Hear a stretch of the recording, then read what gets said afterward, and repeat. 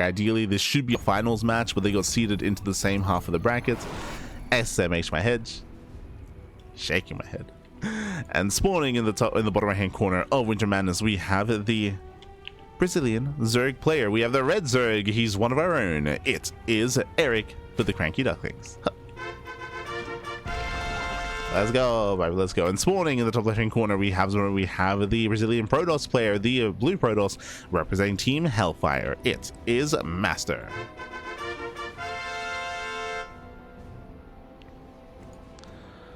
Here we go. We're going to be settling into our own game. We're going to be settling into our first series, into our semifinals. And again, Erik, he, I would say, was the dominant force in Brazil for a very long time.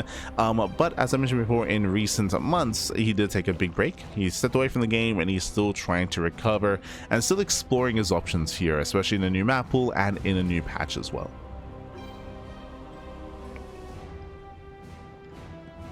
I know he's been messing around a little bit with fast lair play, with fast spire and meter play. He has been messing around, and we'll see where he takes us. Oh.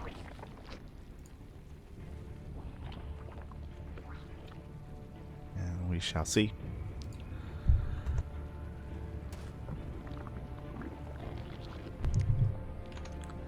Players start opening up. So far, hatch gas pool. Standard opener here by Erik. Likewise, MasTeR going for his own gate expand into Cybercore.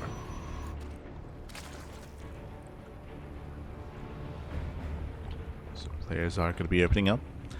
We do see Erik going for, does go for his own natural third base, does go for his macro hatchery, I should say.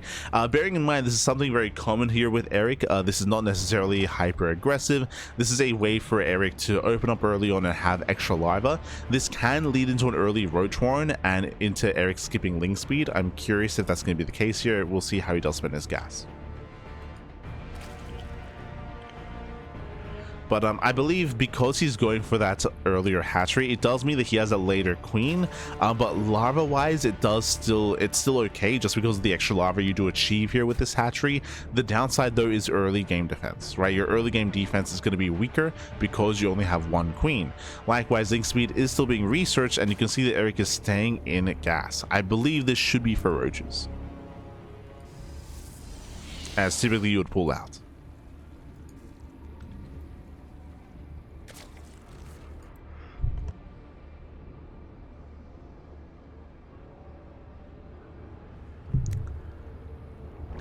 Now that Erik is securing his own 2-base setup.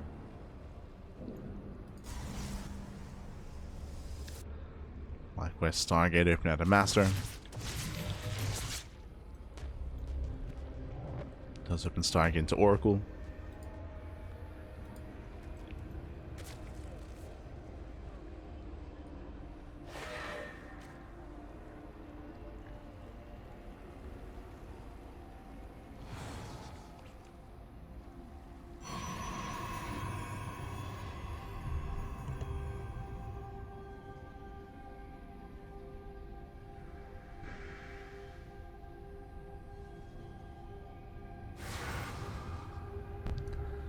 Yes, from here, MasTeR's claiming his third base, just Oracle opener into a third. From here, he can harass, he can get into his tech, waiting to see the timing of the Twilight Counts on the Forge. Meanwhile, I assumed it was going to be for a fast Roach Warren, but no, it's going to be for a fast lair. That's what, a 340-ish, 345-ish lair timing here out of Erik, pulling into gas, going for his own second, third, and fourth gas geysers. That's a lot of gas that's being taken here, and we'll see if Erik is going to 2-base Hydra or 2-base Muta. What's it going to be? Based on the Bailiness here, I mean, it could still be either one. Did mention that Erik was playing with, faster Spire builds. MasTeR goes in. Spore's ready. Spore's in position. We have 2 queens here at the natural. Oracle does take a lot of hits. Ooh. Gonna be forced back. Some melees on the way.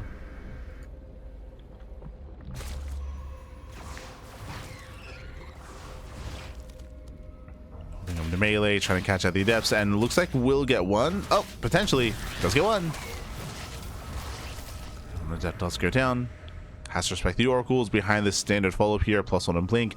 Nothing crazy when it comes to MasTeR here, just playing standard, building up into the mid game. It's Erik that I was curious, was it the Hydrogen or the Spire? Well, the answer, it is Spire play. Okay, going for the mutas. Now, what has MasTeR seen? I believe he did notice the early lair. Yep, he saw the early lair timing. He did see some of the gases, but not all the gases. So MasTeR, he has an idea as to what's going on. He does spot the Bane Nest as well, but he does not confirm.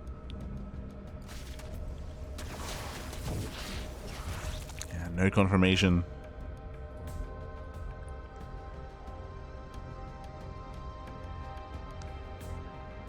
As Erik is holding his own. MasTeR can soon be active once he gets his Blink Stalkers up and running.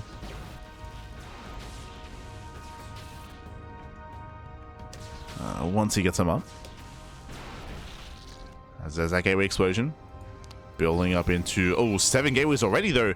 No gases. This looks like an 8 gates. Yeah, it looks like a 3-base all in. Do have the prism on the way as well to reinforce across the map. This is gonna hit like a truck. MasTeR is committed. As Erik tries to engage, we have plenty of oracles. And the problem here is that these mutas will not help. Not defensively. The goal here for Erik is going to be to keep MasTeR contained and keep him on a low base count, low economy. We'll see if we can pull this off.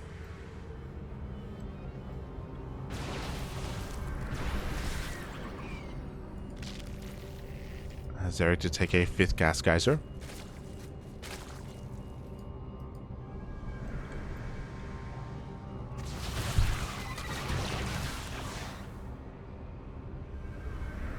Here we go. MasTeR moves out. As he moves out, Baneling should be moving in.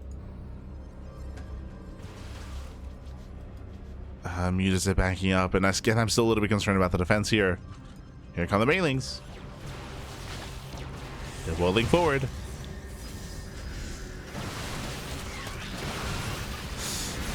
Yeah, with that laser going down, again, mutas are revealed. MasTeR should be feeling good about this. Banelings, they do crash in. 9 probes go down. That's good damage, but again, this army cannot be dealt with. This army just cannot be dealt with. So many stalkers. They protect the Warp Prism. Erik, he cannot engage. He needs to try though. And MasTeR is breaking through. Mutas are coming from behind. They catch one of the oracles. One oracle goes down. Dives on the prism. Oh gosh. Prism goes down, but it will cost him what, 3, 4, 5 mutas. Oh my god, almost every muta goes down, and MasTeR, he has done it. He has broken Erik. Again, going into mutas like this is very vulnerable against all-ins, and MasTeR happened to be going for a 3-base all-in. 3-base all-in breaks the bases across the map. Erik, he has no defense. Again, mutas are built to harass and not built to defend. They're not built for this battle.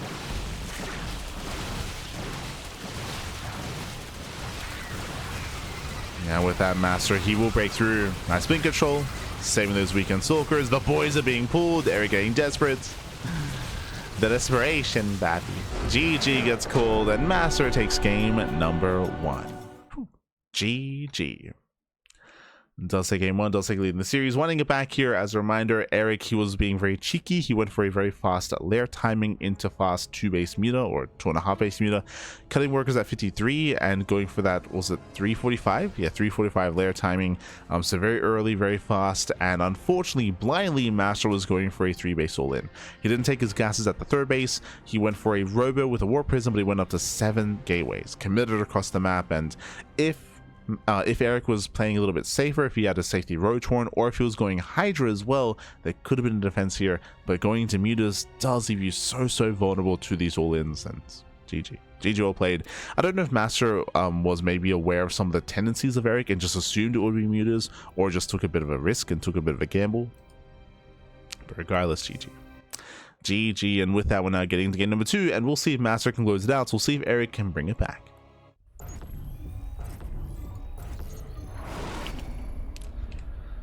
See if we can bring it back. This morning in the top left-hand corner of Ruby Rock, we have the Brazilian Zerg player. We have the Red Zerg representing the CranKy Ducklings. He's one of our own. It is Erik.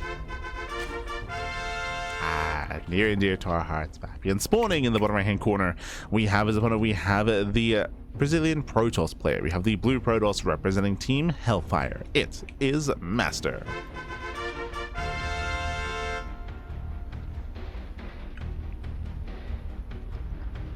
Oh. Here we go. As Erik is going to be opening up. Interesting. Was this 15? No, 14. 14 pool out of Erik. Oh, sorry, gas first. So it was a 14-14. Gas into pool. There was no cancellations. I missed it. It might have been even like a 13-12-ish setup. But hyper aggressive. Hyper aggressive. With the early gas timing, it does mean you can get into hyper early link speed. If he stays in gas, this could be a Bane bust. So leading towards Bane bust here.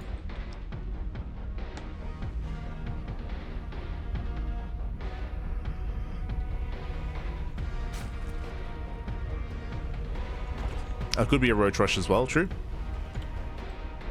Probe Scouts the early tech. Link speed is on the way, so we have the answer here. It's going to be link speed and no additional gas mining, so no Bane bust. Just early link aggression. I believe behind this, Erik should expand. I'm not convinced he's all in. Yeah, Droid moves down. Mass is in position. There's a pylon block, and Erik, he can set up here his expansion elsewhere, but no, he's fighting for the pylon. I mean, he has early link production, true. He has the early Zerglings. He does force out an early Zealot out of his opponent. It's going to be a gate, a Cyber into second gateway into a delayed expansion. MasTeR can make another Zealot, but he's going for the Adept. Now, this is something that Erik has to try to overcome now. On the one hand, he forced a reaction. On the other hand, he has to deal with this reaction. Because MasTeR was forced to delay his expansion, he's going to have a lot of Adepts early on. It's going to be up to Erik to keep up and minimize losses. It's not going to be easy.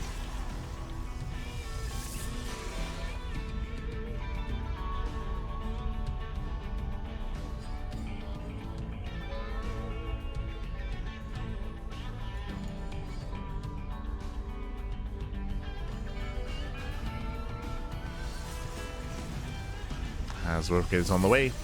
There's no additional Adepts yet. Interesting.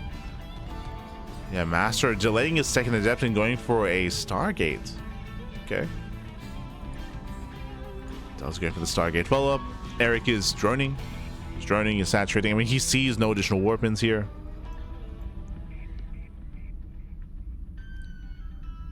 Just now trying to confirm. There's no Stalker either. Erik here will eventually scout the Stargate.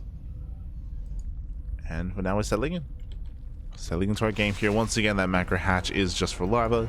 And to spread creep as well. Technically, this does save you a creep tumor, which means you have an extra injection.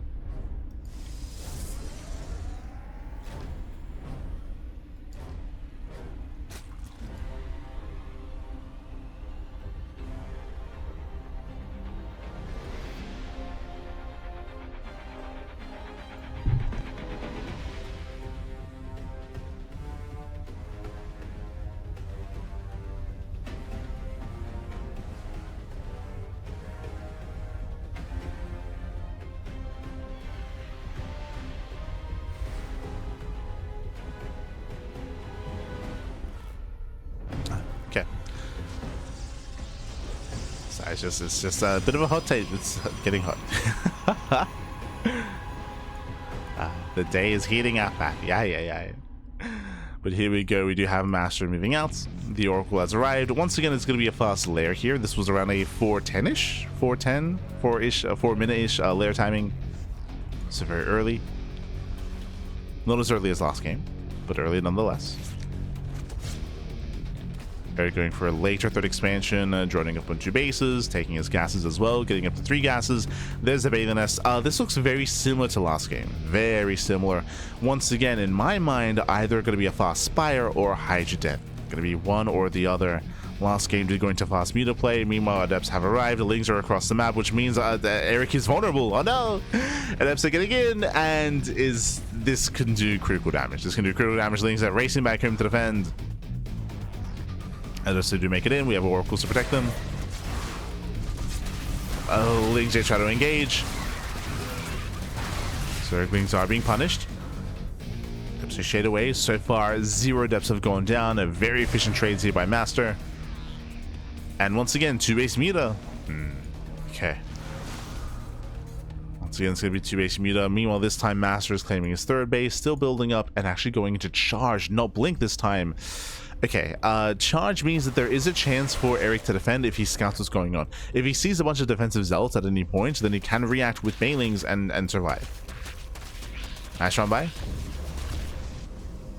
Nice counterattack. Catching up 4 probes.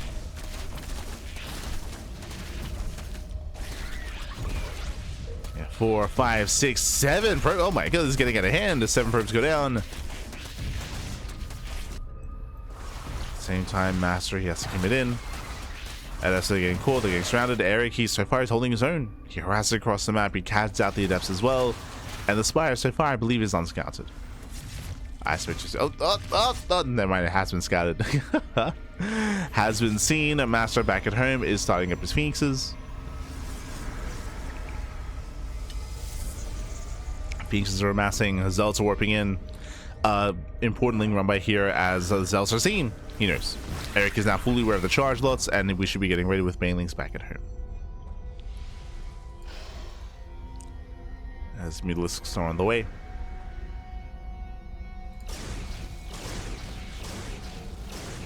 Erik does slip into the main.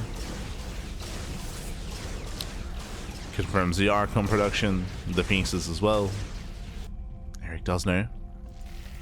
Erik is trying to be proactive here. Bold move. He wants to bring down that 3rd.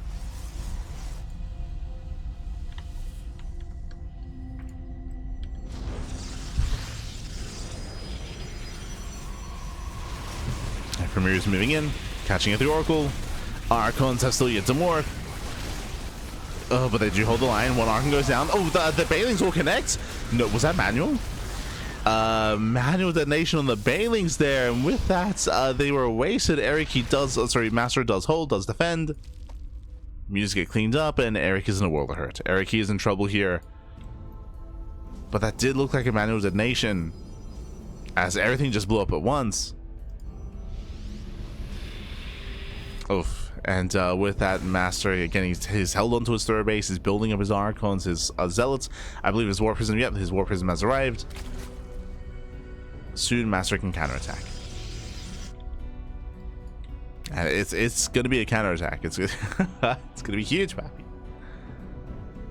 It's gonna be big. Lings they attempt to run by. Ah, the Archon got surrounded, okay. Archon is surrounded, not bad.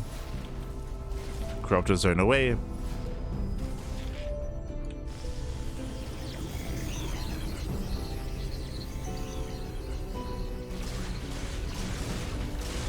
Yeah, they do catch one of the Phoenixes at the same time. Here comes a Grand Army, and are there any banelings to defend? Without banelings, there is no defense. Yeah, there is no defense here. Charge, let's say, do warp in. They collapse on the army, and we have the Archon coming in from behind as well. The Lings, they do get us around, but oh god, there's still more Zealots. Yeah, still more charge lots. Again, without banelings, Lings, they cannot hold their own, not against a mass charge army. Banelings now morphing in, we got 6 of them. But the Zealots are broken into the natural. The natural is compromised, boys are being pulled, the Archons are moving in. And with some good baiting connections, maybe Erik can hold on a little bit longer here. They're waddling in. They do connect well. They connect well. Erik holds.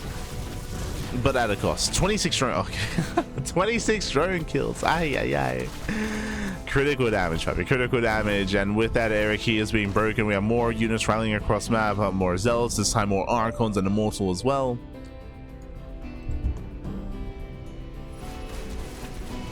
And GG gets called. GG gets called. MasTeR, he breaks on through. He will claim the series 2-0, advancing on to the grand finals. GG. Whew, GG, well played. Interesting builds here from Erik. As I mentioned before, Erik, he has been experimenting a little bit here, and he didn't go for the same build 2 games in a row. The openers were different. I will say that the openers were varying here for Erik between game 1 and game 2, but the end goal was the same, which was essentially 2.5 face Muta play. right? Was getting to 5 gases, joining a 53, and getting 2 mutas.